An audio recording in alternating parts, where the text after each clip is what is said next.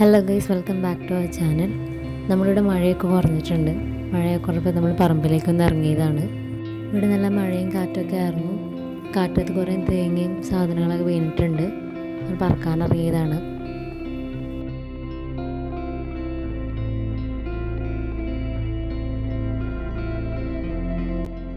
പറമ്പിൽ ചക്കയൊക്കെ തീരാറായിട്ടുണ്ട്. നന്നായിട്ട് മൂത്തൊരു ചക്ക കണ്ടു കഴിഞ്ഞാൽ പകൽ ഇട്ടതാണ്. നമ്മൾ വീട്ടിൽ കൂടുതലും വിറകടുപ്പാണ് ഉപയോഗിക്കുന്നത്. നന്നായിട്ട് ഉണങ്ങിയ ഒരു ഓല കണ്ട സമയത്ത് നമ്മൾ വെട്ടിയെടുക്കുന്നതാണ്. ഇപ്പം മഴയൊക്കെ മാറി നല്ല വെയിലൊക്കെ വന്നിട്ടുണ്ട്.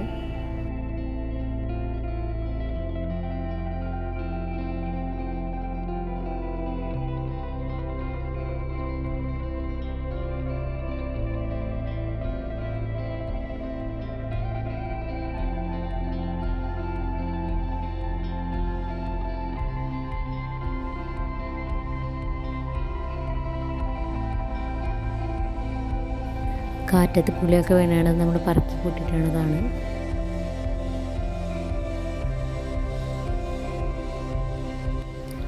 കാറ്റത്ത് അത്യാവശ്യം കുറച്ച് ജാതിക്കയും വീണിട്ടുണ്ട്.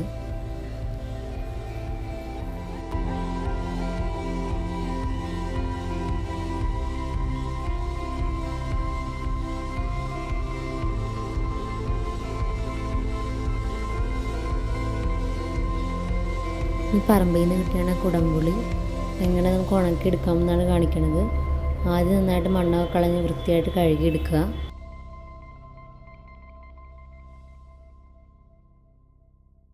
നമ്മൾ കഴുകി മാറ്റി വെച്ചിരുന്ന പുളി നമുക്ക് പൊളിച്ച് അതിൻ്റെ ഉള്ളിൽ കായയും നാരൊക്കെ കളയാം.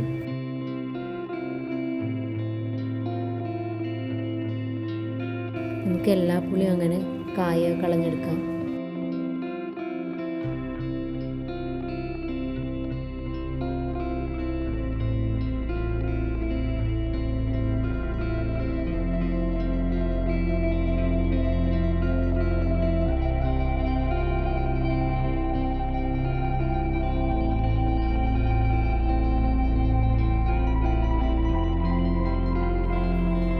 പുളിയുടെ കായൊക്കെ കളഞ്ഞ് വൃത്തിയാക്കിയതിന് ശേഷം നമുക്കിങ്ങനെ കയറിലൊന്ന് കോർത്തെടുക്കാം. അതിന് പുളിയിലാദ്യം തന്നെ കത്തി വെച്ചൊരു തുള ഉണ്ടാക്കുക. അതിലേക്കാണ് നമ്മൾ അതിലൂടെയാണ് കയറ് കയറ്റി കൊടുക്കുന്നത്. നമുക്ക് എല്ലാ പുളിയും ഇങ്ങനെ കോർത്തെടുക്കാം.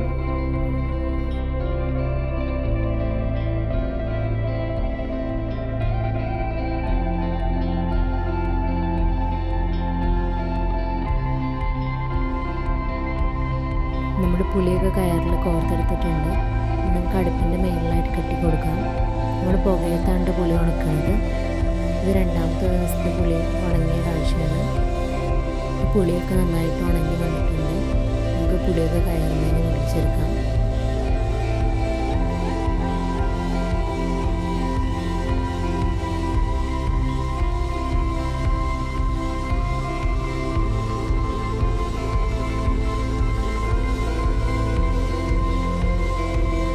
വീഡിയോ ഇഷ്ടമാവുകയാണെങ്കിൽ എല്ലാവരും ലൈക്ക് ചെയ്യുക, ഷെയർ ചെയ്യുക, സബ്സ്ക്രൈബ് ചെയ്ത് ഈ ചാനലൊന്ന് സപ്പോർട്ട് ചെയ്യുക. നന്നായിട്ട് ഉണങ്ങി വന്ന പുളിയിലേക്ക് കുറച്ച് ഉപ്പും കുറച്ച് വെളിച്ചെണ്ണയും കൂടി ചേർത്ത് നന്നായിട്ട് നമ്മൾ മിക്സ് ചെയ്തെടുക്കുകയാണ്. ഇങ്ങനെ ഉപ്പും വെളിച്ചെണ്ണയൊക്കെ മിക്സ് ചെയ്ത് വെക്കണതിന് ഉറവൊഴിച്ച് വയ്ക്കുക എന്നാണ് പറയണത്. ഇങ്ങനെ ചെയ്യണ സമയത്ത് പുളിക്ക് കുറച്ചുകൂടി പുളി കൂടാനും പിന്നെ കുറച്ചധികം നാൾ നിൽക്കാനായിട്ട് ഇത് നല്ല ഉപകാരപ്പെടും. നമുക്ക് ഉപ്പും വെളിച്ചെണ്ണയൊക്കെ നന്നായിട്ട് മിക്സ് ചെയ്തെടുക്കാം.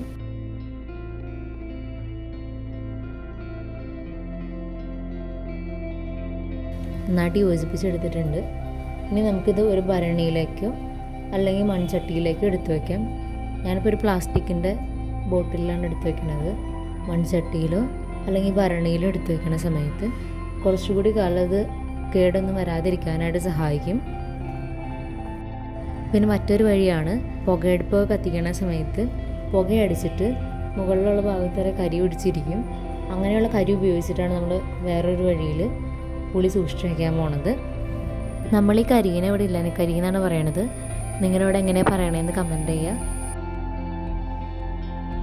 നമ്മൾ അതിൽ നിന്ന് കുറച്ച് കരി എടുത്തിട്ട് അതിലേക്ക് കുറച്ച് ഉപ്പ് പൊടി മിക്സ് ചെയ്തെടുക്കാം.